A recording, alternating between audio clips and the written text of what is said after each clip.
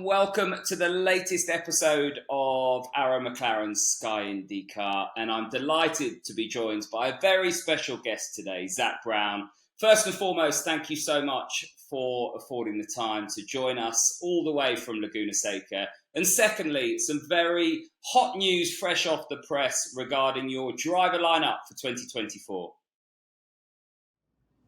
Yeah, we've signed David Malukas, 21-year-old, very successful Indy Next driver, and actually used to race against Oscar Piastri, our Formula One driver. So excited to have him in the team. We announced it on Friday and looking forward to racing with him next year. Regarding Dave, he calls himself Little Dave. He says he'll change that to Big Dave when he makes it to victory lane. But he's got a real opportunity now on his hands, stepping up to what is your McLaren squad. And, you know, looking ahead at what he can do in the car, you must have had your eyes on him throughout this season. And he's very much hot property. You must have been pleased to have secured his services. Yeah, very happy. He was. I think we were in competition with a few other racing teams that were interested in driving for him. Fortunately, we were able to get something put together, and he has been very fast. He's got a couple podiums. He's very good on ovals. He brings the car home, and he's been a tough competitor to his teammates. So when you go through analyzing his various statistics, he certainly looks like, if you can give him a race-winning car, he's a driver putting it on the top step of the podium. Good stuff. Now, continuing the theme of looking ahead, obviously we've got one more race left in this 2023 NTT IndyCar Series. A big weekend ahead at Laguna Seca, and a great opportunity, if you look at the form guide, for one of your drivers to get that all-important first win of the year. Yeah, it's been a very strong year for us. I think there's probably 3 or 4 wins that slipped away from us for a variety of reasons. So of course that's disappointing, but we're fourth with Pato in the championship. He's just a small handful of points away from third, which would put us the top Chevy team, which would be nice. We've got, I think, 10, 11, 12 podiums this year. So we've been very fast. We've been on the podium more often than not, just not that top step yet, but I don't think it's been due to lack of pace.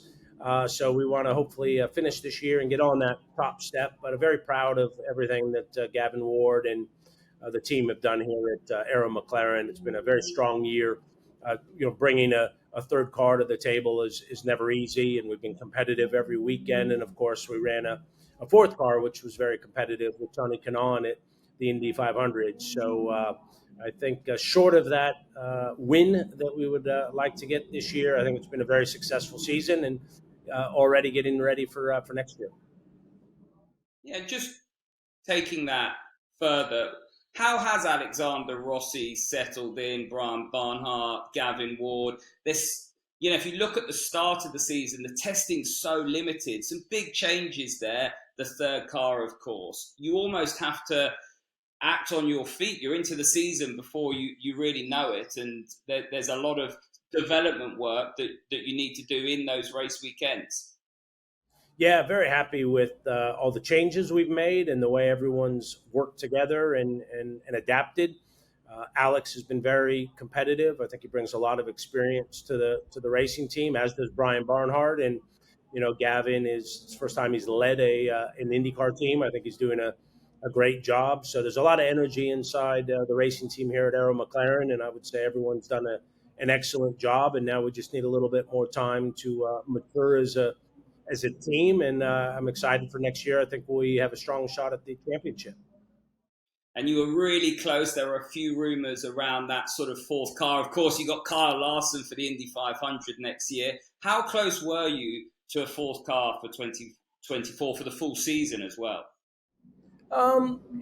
Pretty close in conversations, but I don't think we were ever there and let's do it, because if we were of that mindset, then we would have done it. So it was there to be done if we wanted to, and we could still turn it on, but unless it's completely the right situation, we've bitten off a lot in getting 3 cars going and a fourth at Indy. So we're very comfortable with where we are right now and just want to optimize what we have before we look at any potential further expansion.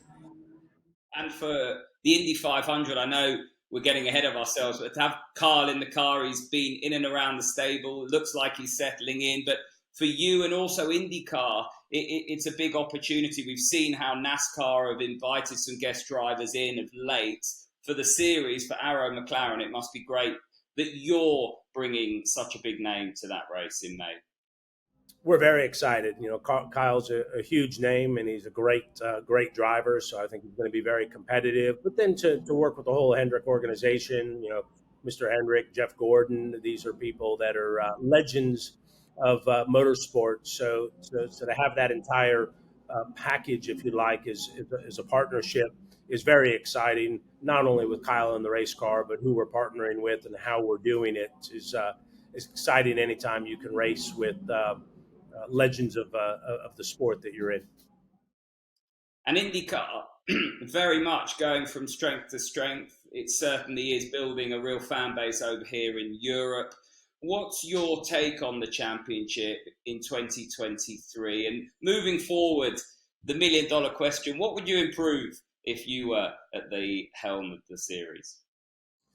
Well, the series is unbelievably competitive. I mean, I think it is the first time it's been wrapped up before the final race in a decade or so. I think maybe even 15 years, if I've read that correctly. So it's unbelievably competitive. Lots of different race winners, and I think there's lots of opportunities for the sport to continue to grow. I think they'll continue to look at the racing schedule. Great to see events like Nashville coming online. I think that's going to be a great finale next year. I think digital marketing is somewhere that is continuing to evolve in the world. So there's certainly room for growth there.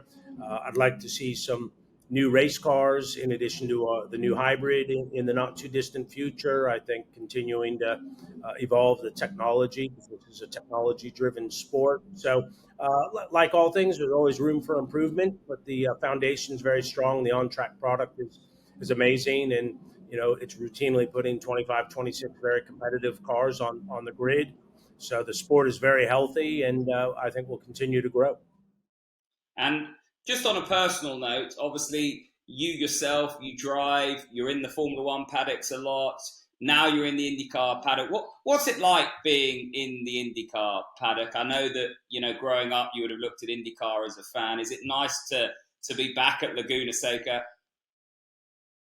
Great. I've been coming to Laguna Seca since 1989.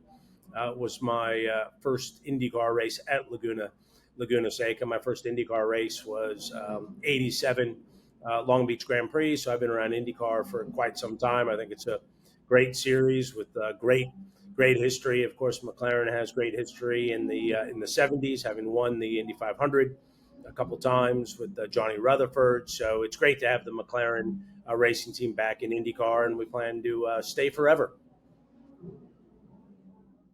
Brilliant. Zak, thank you very much for your time. As always, you've been a fantastic guest, and thank you for sharing your thoughts here on Sky IndyCar. You can watch how the Arrow McLaren cars get on this weekend, qualifying coming up on Sky Sports F1 live after practice. Of course, the race as well will be live on Sunday evening.